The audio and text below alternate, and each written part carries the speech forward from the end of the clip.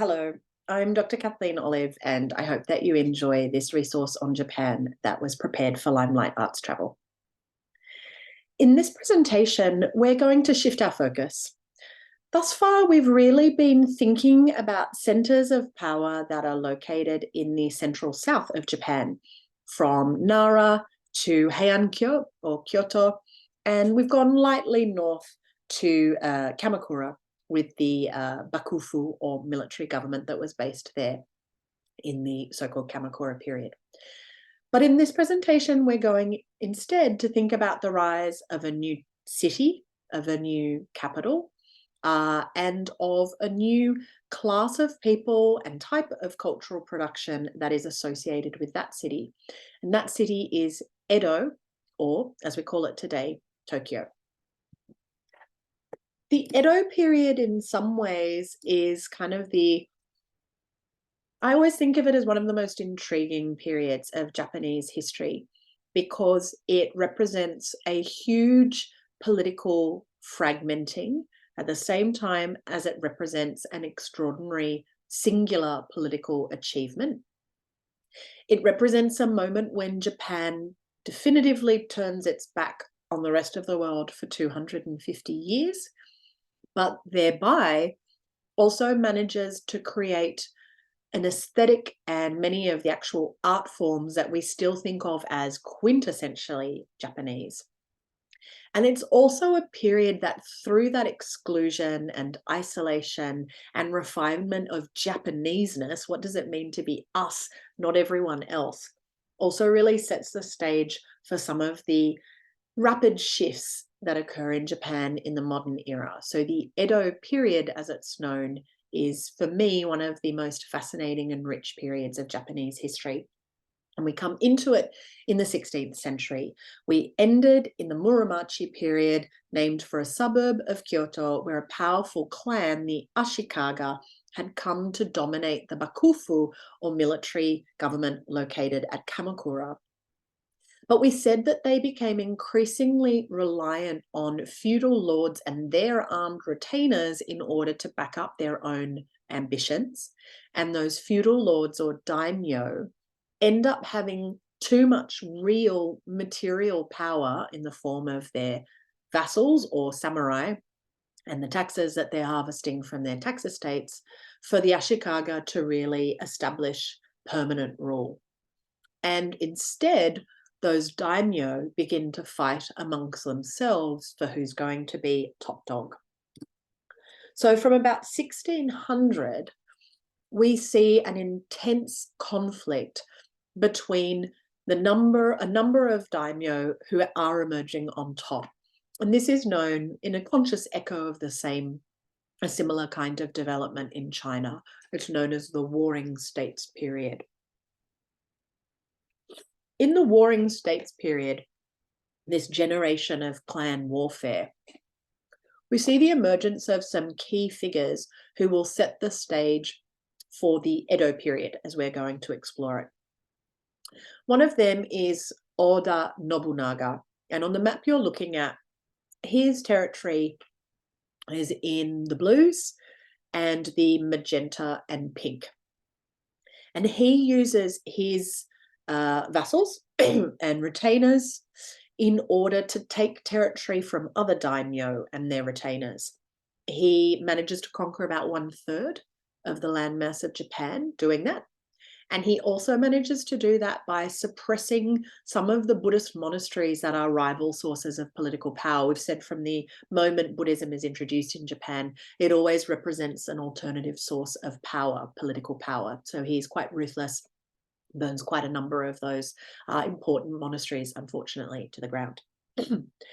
He is followed by his chief general, who continues this same mission, and that is Toyotomi Hideyoshi. And his territory is everything that you see on the map in front of you that corresponds to yellow, orange, red, and brown. So he manages to finish the conquest of the islands of Kyushu, Shikoku, Honshu, the main islands of the archipelago. He manages to continue that mission of his great leader Nobunaga, and by 1590 he has technically all of that territory under his control. He's so powerful that he attempts mainland invasions, and he reorganizes the class system in order to make it more rational for the system of government he's seeking to impose on this new territory. Hideyoshi is followed by his heir, Hideyori, whose power is challenged by the kind of key military follower of Hideyoshi, who is Ieyasu. Ieyasu comes from a dynasty known as the Tokugawa clan, and the inset shows you their territory, which lies more or less directly to the north of present-day Tokyo. At a key battle, really easy year to remember, nice round number, 1600, at the Battle of Sekigahara, Ieyasu Tokugawa is able to wrest control from the direct heir of Hideyoshi, that's Hideyori, and he takes control of all of the territory unified by Hideyoshi. He is so powerful that the emperor has no choice but to grant him the title of supreme military commander or shogun. He's awarded that title in 1603. And Ieyasu-san decides that it is too risky to establish a capital in Kyoto. The emperor has never gone away through all of these changes in real political leadership. The emperor has remained a dominant cultural force in Kyoto. He's remained directly descended from the sun goddess. You can't do away with that. You need all of that legitimation, but you don't want to be too close to it. So Tokugawa Ieyasu decides to establish a new capital in an area known as Edo Bay, a large port area with only a very small settlement. And that city becomes the new capital of the shogunate, the territory of the shogun, and that is the city of Edo. Over time, the capital of the shogun becomes so big and powerful that is simply referred to as the Eastern capital, or Tokyo, to distinguish it from the capital where the emperor is, which is Heian-kyo, or Kyoto. So this is how we have the names Kyoto and Tokyo. Japanese school children still learn about those three key figures of Nobunaga, Hideyoshi, and Ieyasu, and I just want to share with you three sayings that are used to help them memorize who was who. It does help you understand what order they came in and how they progressed in their domination of the entire archipelago. Nobunaga is said to have said, "If a bird doesn't sing, kill it." Hideyoshi is said to have said, "If the bird doesn't sing, make it sing." Whereas Ieyasu, the one who unifies all of the archipelago and receives the title of shogun, is said to have said, "If a bird doesn't sing, wait for it to sing." So different characteristics of leaderships, as you can see there. Whereas in order to remember who came when and who did what, there is the saying, Ieyasu ate the pie that Nobunaga made and Hideyoshi baked. So you have portraits from left to right there. So you have portraits of Nobunaga, Hideyoshi, and Ieyasu. When Ieyasu establishes his capital at Edo, he has to do it really carefully. He has managed to unify the archipelago only by playing off various other feudal lords like his own clan against one another. Some of them have allied themselves with him, and some of them have not. So those who were his allies are reassigned new territories, the so-called inside territories. And these are the tax or material lucrative territories in yellow on your map. If they were not supportive, the daimyos, they're not done away with entirely, but the rebellious daimyo are assigned distant territories, harder lands to hold, less interesting places to live, the more remote or frontier territories that are on this map in the turquoise color. The inside lords and the distant lords, as they are known, don't stay permanently in their territories, because how can the shogun control them if they're so far away? Instead, a road network is built, particularly the Tokaido Road that joins Kyoto to Edo or Tokyo, to allow the lords to move back and forth along the length and breadth of the country and of their territories. And while inside lords are living in their home territories in yellow, the outside lords who rule the turquoise territories are constrained to live in the city of Edo. But a couple of months later, the distant lords will leave Edo and return to their own territories, and the inside lords will come to Edo and leave their territory. So there's this constant movement throughout the year of the different types of daimyo. They are never in their home territory long enough to mount a kind of concerted effort to overtake the Tokugawa shogunate based in Edo. They're in Edo long enough that the shogun can spend his year watching over them and controlling them.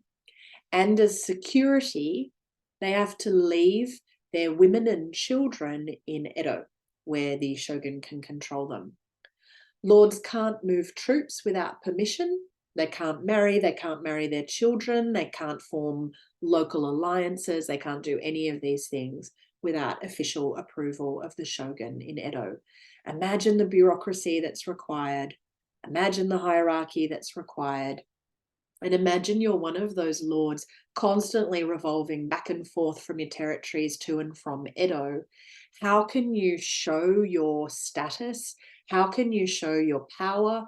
You can do it through conspicuous consumption. So when the lords are in Edo, their lifestyle becomes particularly important.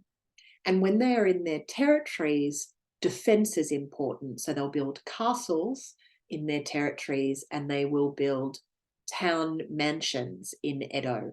So the character of the towns and the cities really begins to change.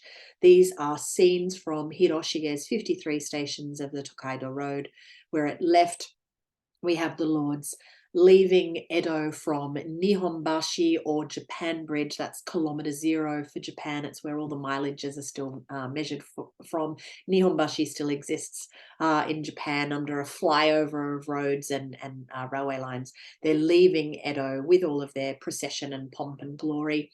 They're making their way south through the volcanic lake landscape of Hakone that you see in the center there, and they'll end up in Kyoto, as you see in the bridge over the Kamo or Duck River in the final bottom scene.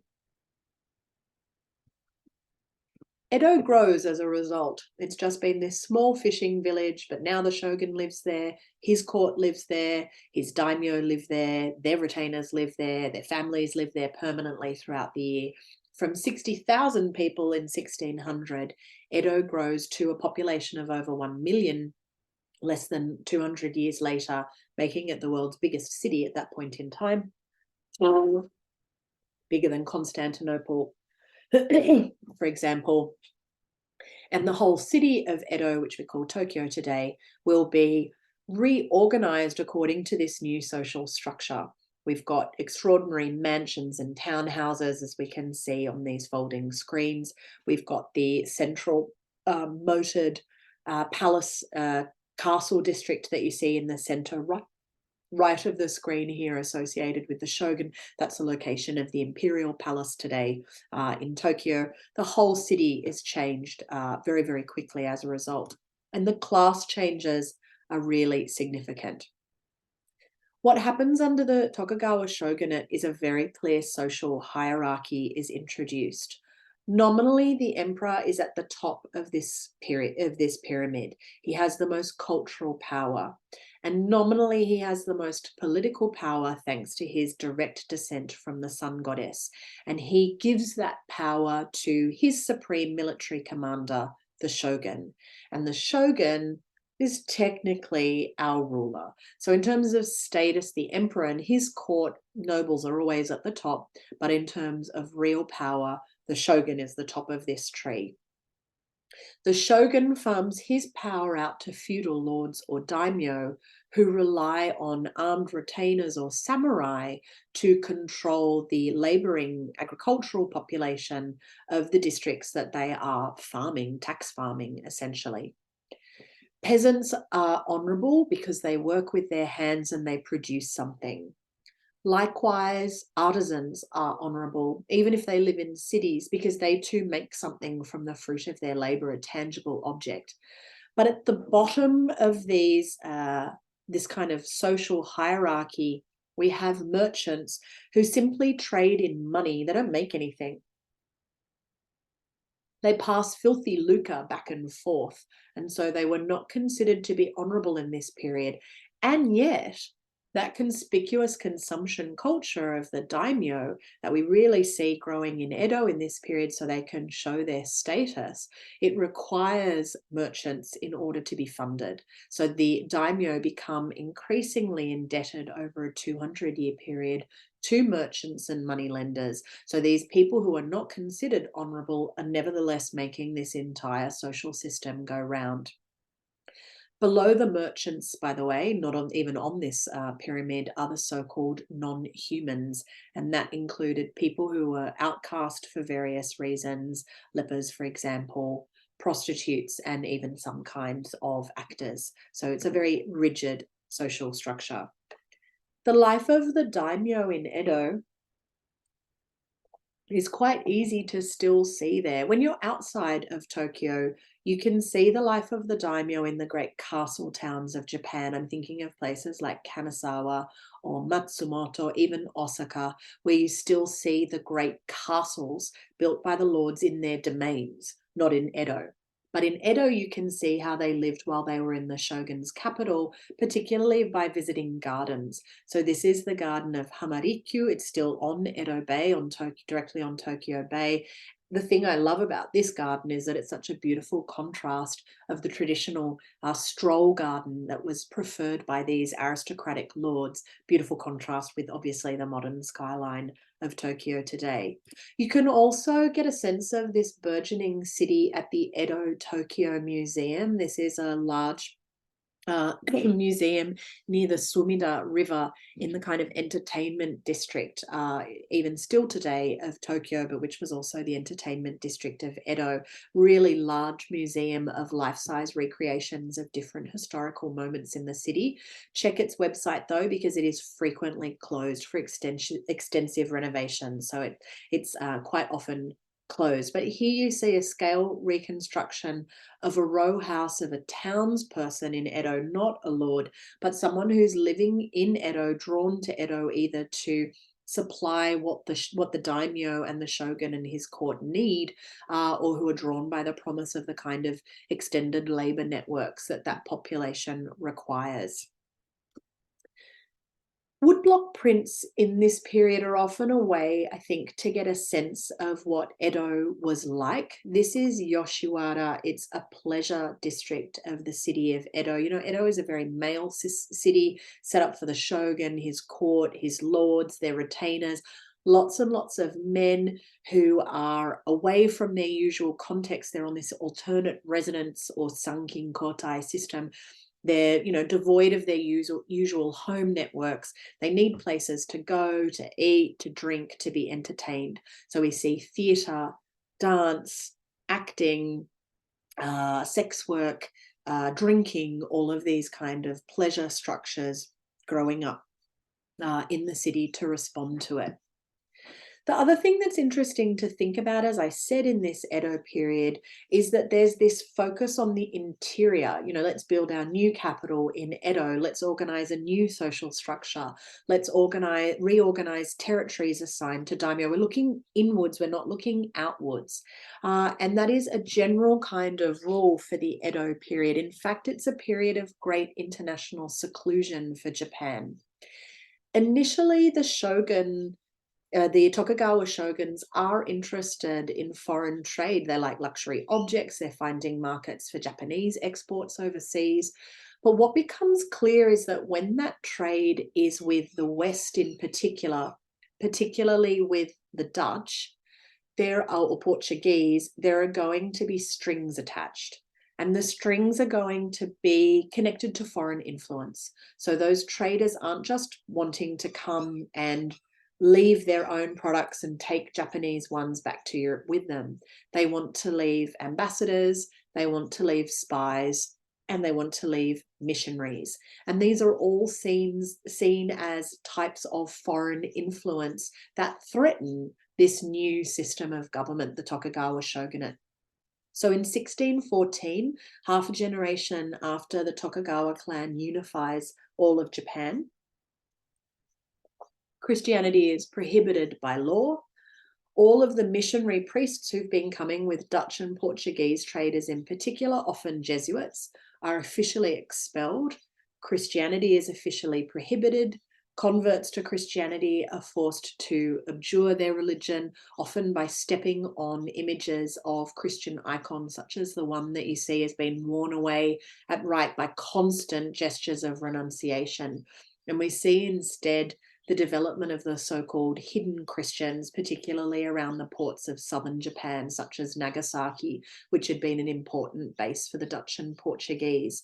And Christianity will only re-emerge in Japan in the modern era, when the ban against it is begrudgingly lifted as Japan opens to the West. All foreign dealings in Japan after the period of 1639, the official closing off of the country, or sakoku, all of that happens through Nagasaki only. You may well know about Deshima, the foreign Dutch neighborhood of the port city of Nagasaki that grows up as a result. And instead, Japan becomes an autarky. It becomes predominantly interested in feeding itself and sustaining itself in a practical sense, but also aesthetically.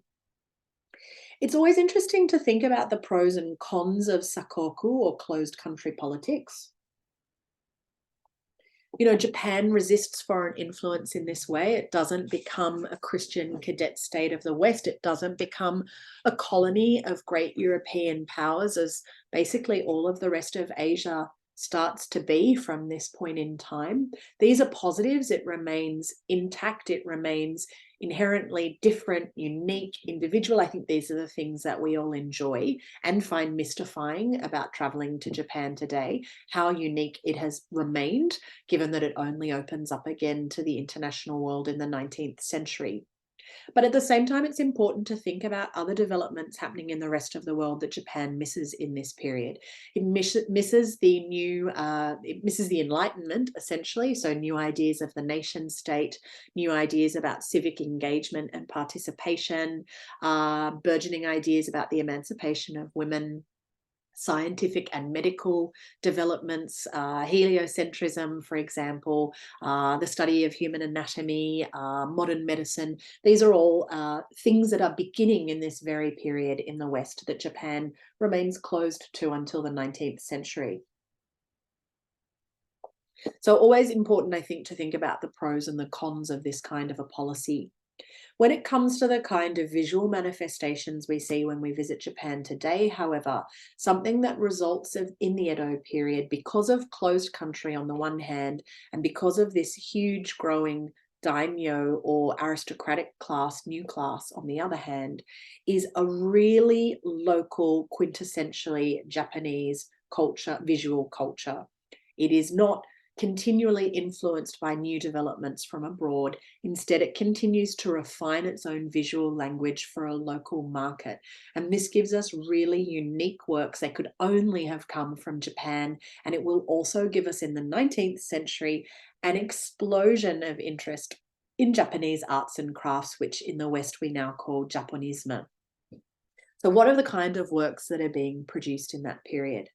Well, this is an illustrative work by the great artist Ohonami Koetsu. He was an illustrator and a potter of the Edo period, originally trained more humbly as a sword maker, but someone who becomes proficient in various art forms. He worked hand in hand with a great calligrapher.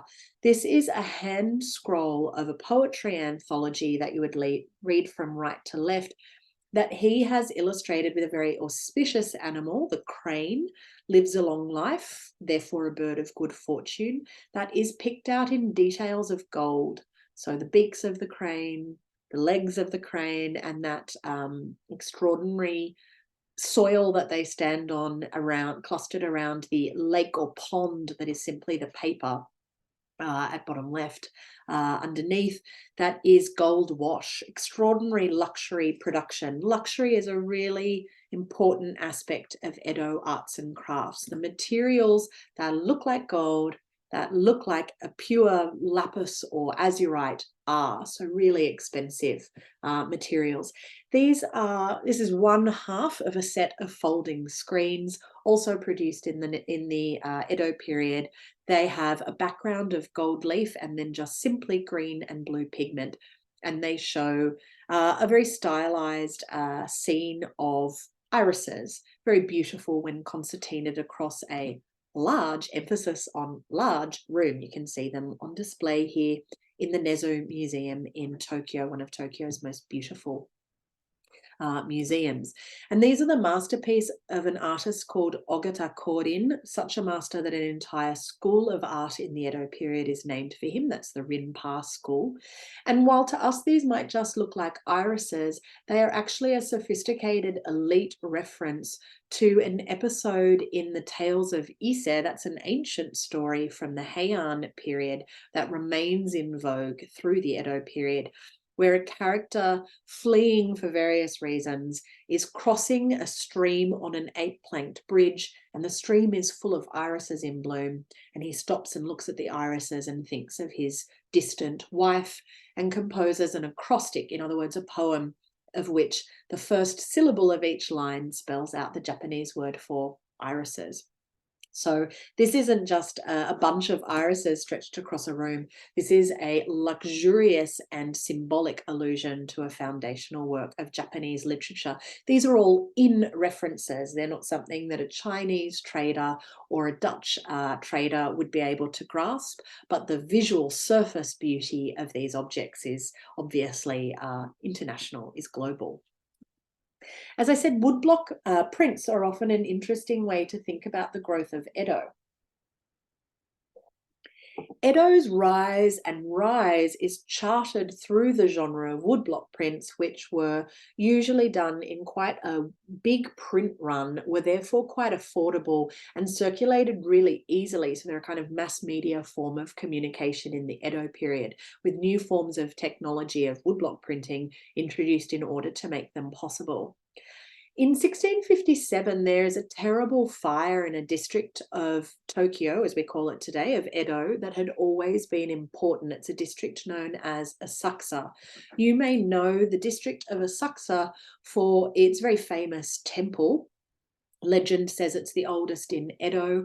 It is where a miracle-working statue of the goddess of mercy, Kannon, was miraculously discovered by fishermen who led to the construction of a Buddhist temple on the site, which was really heavily invested in by Ieyasu Tokugawa, the shogun, as a familial site, as a protective astrological site for the entire city. If you look at this tourist map, the area of Asakusa up here is located in the northeast of Edo, Tokyo today. That was always understood, according to a Chinese tradition, to be the direction from which military threats would arrive. So it has this great protective aura that it casts over the whole city from its position in the northeast, but it was also a tutelary temple for the entire Tokugawa dynasty. So it's an area that you might be familiar with as a visitor to Tokyo because of that amazing temple that's located there. But in the Edo period, in 1657, a fire spreads through that part of the city, and it can be entirely redeveloped. And it's redeveloped as an entertainment district, a place where people can enjoy a decadent life, decadent activities related to what in Buddhism would be called the floating world, the pleasures of our earthly human lives that are transient. You enjoy them in the moment, but tomorrow they or you will be gone. So don't think that there's anything kind of inherently solid about those pleasures, but go ahead and enjoy them while you can. So this entire district of Asakusa is set up to really provide for those kinds of pleasures, with the temple of Asakusa in its center. One of the things I still find fascinating about visiting Asakusa today is that right next to that temple of Sensoji is actually a fairground. So it is still an entertainment quarter. The bustling masses of people who come and go in entertainment districts such as these, from lords and their retainers to sex workers and dancers and actors and innkeepers and people working in taverns. It is the flotsam and jetsam of life.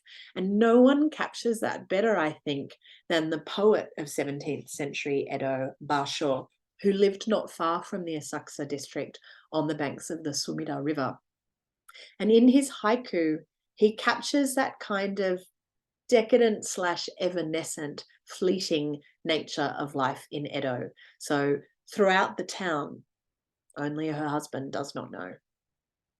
Or how hot he is, the fan seller carrying from door to door his burden of breeze. Such a beautiful contrasting metaphor of the lightness of the cool wind that you get from fanning yourself, but the way that that creates a hot, sweaty burden for the poor person who has to sell them.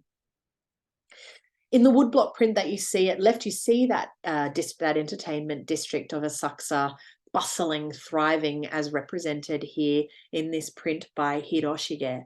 And as I've said, woodblock prints emerge as a genre in Edo in this period. They're a mass market, popular form, affordable form of communication, but they emerge from quite humble origins, you know, dispatches, religious texts that need to be reproduced and disseminated.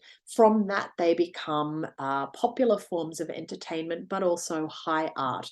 And one of the first artists of the Edo period to change woodblock printing in this respect is Moronobu, who you see a wonderful example of his work here. This is Lovers Beside Flowering Autumn Grasses. Autumn is a season of melancholy for Japan. You know, it precedes winter. It represents the last hurrah of something before the dying back of winter. So autumn grasses and chrysanthemum are always seasonal references in Japanese art, whether that's visual or linguistic, of a kind of a last melancholy enjoyment of something. So these two lovers so hunched close together that they really become one mass of a body. When I look at this woodblock print, I understand that their days are numbered as a couple because they're surrounded by autumnal grasses and flowers. Their relationship is coming to an end. That strong diagonal of the sword that the boy has taken off that's resting against the gnarled tree trunk in the upper right, that's also a very strong, we could even say phallic reference to the end of something. You know, it's something, a violent rupture is approaching. And yet when you look at the central two figures, their bodies so closely entwined, there's a huge intimacy to this image as well. So it might be harder for you to distinguish who is the male and who is the female. Male's on the right, he has bits of his head shaved, as you can see, as fashionable young men did. And if you could read Japanese, you could see that he and the woman have stylized characters stamped on their clothing that say man and woman. That helps you work out who is who. But notice they're so enfolded into one another that they've really become one. So many beautiful flowing S-shaped lines in that central composition of the figures, echoed by the gnarled tree trunk behind, but such an economy of technique, which is a hallmark of Japanese woodblock printing. Really economical but powerful compositions. So the folded up knee of the male lover is indicated simply by 3 notches in a shape that tell me that his robes are rucked up underneath his knee and leg, and that's everything I need in order to know that he's got his knee bent up on the ground in front of him. So economical but so powerful. And so powerful despite being really black and white. There's nothing else happening here. It's entirely about line and about mass. There's no sense of light and shade. There's no gradation of tone. It's really simple, but really effective visual communication. This will be revolutionized by the introduction of multiple colors. When we introduce multiple color inks to Japanese woodblock printing, we have just changed the game, because Moronobu's print here can be carved in one wooden matrix and printed off one matrix alone, because we're only inking our matrix with black. What happens when we want to ink to color our scene with multiple colored inks? Well, we need multiple matrices. We need to carve multiple blocks that have to correspond exactly to the overall design. And then to print each sheet, it has to be printed off each one of those blocks in succession, with the registrations kept absolutely accurate and sharp, so that there's no accidental doubling of the image as I move it across every single block that corresponds to every single color that you see. So what you see with the multiple colored blocks at bottom right is you can see the matrices which have been carved for each color. You can see that each block has been inked up with the necessary color.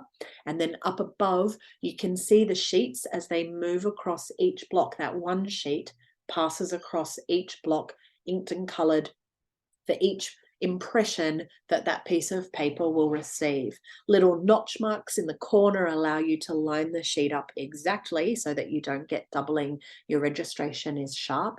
And you can also ink the bottom and the top of the blocks and smear colors down in order to get that beautiful gradation or bokashi of tone that gives such a sense of mood and of atmospherics and of light effects. But for this to work, you need an extraordinary collaboration of a team. You need a publisher to decide what will sell and decide what the scene is going to be or what the series is going to be. You need an artist to design it. That's the person whose name we end up giving to the print itself. Then you need to send that design from the artist to the carver, and then from the carver it will go to the printer. It's an extraordinary collaborative process that we forget when we look at some of the end results. This is a beautiful multicolored woodblock print, or ukiyo-e as they're known, woodblock prints of the floating world, that actually shows a team of women. I mean, in fact, usually these prints were made by men, but in this case it shows canonical Japanese beauties. It's a type of woodblock print that featured beautiful women making all of the various stages of the woodblock prints themselves, and beautiful kind of doubling, a clever reference there in the fact that, you know, you're looking at the process and you're also looking at the end result at the same time. The first multiple colored woodblock prints are quite simple. Harunobu is one of the first artists in the Edo period to start working with colors, and he doesn't just work with colors, he incorporates embossing as well. It's impossible to see the embossing on a screen. I beg your pardon. You need to look at originals to get the sense of the embossing, but the white of the robe of the kimono of this girl here is embossed with a kind of a wax, a rice resist substance that allows for an embossing. We've also got very simple colors being used. You know, this is the beginning of multiple colored prints. We just have black and oranges and the white of the paper itself. But when your eye starts looking at, for example, the depth of tone in the black of the night, the pool of light of the lantern, which is just paper that hasn't touched any ink at all, the languid gesture of the woman holding the lamp so that she can see the plum blossoms more clearly, the extraordinary kind of tilting perspective that you get of the bridge that she's standing upon, the importance of strong diagonal lines contrasting with beautiful sinuous curving lines. I mean, it's just an extraordinarily evocative and ultimately simple work of art. But by the time we get to the great masters, such as Hiroshige and Hokusai, for example, we see how multiple woodblock prints could reach extraordinary heights of sophistication.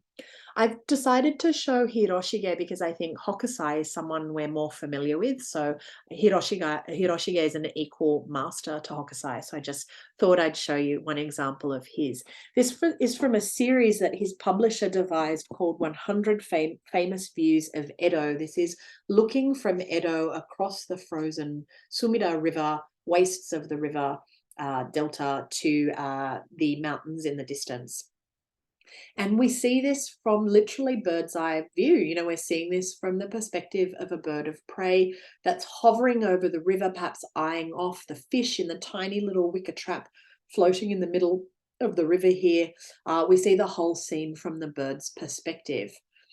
The plate has been inked with very deep Prussian blue. You know, we're in the 19th century here. We've had the introduction of some Western materials. Hokusai and Hiroshige are both equally fascinated by Prussian blue and the possibility of that intense blue.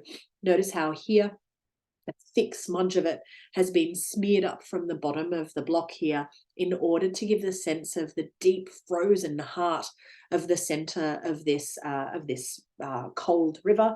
And then we get the sense of night falling with the darker clouds of black ink that have been wiped in, a bit harder to see, but have been wiped in from the top where the bird is. Impossible to see here, but there is glitter, a mica glitter, attached with glue to the claws of the bird and to the plumes of his feathers, so that as you moved this page around, you would actually get a shimmer, quite a cold shimmer, because this is such a wintry scene.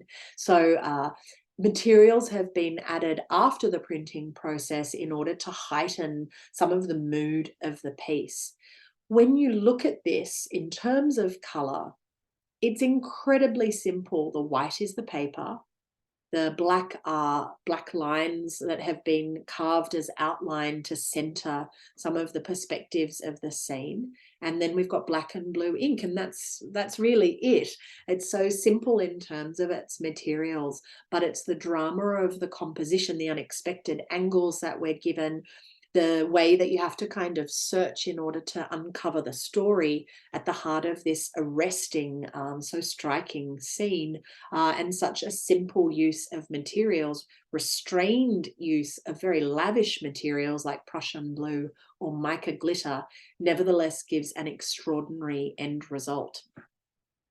But in a final kind of twist, I want to conclude with another woodblock print that in fact shows what happens at the end of the Edo period. 250 years of focusing on internal politics, focusing on internal social structure, focusing on internal arts, crafts, and aesthetics. What happens?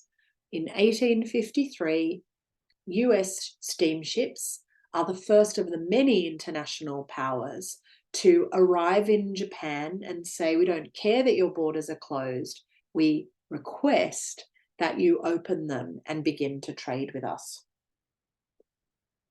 These ships are led by Commodore Matthew Perry, and they are known in Japanese history as the Black Ships. Steamships, steam power was unknown in Japan until these ships arrived. Very quickly, it becomes clear that despite its cultural power, the shogunate is unable to muster enough military support to refuse to open its borders to international trade. And by 1854, the American terms have been accepted. The emperor will be dusted off and brought out of his gilded cage in Kyoto and reinstalled to rule in Tokyo as Emperor Meiji. And we will have a very rapid westernization and modernization of Japan that really changes the country as we know it today. Thanks very much.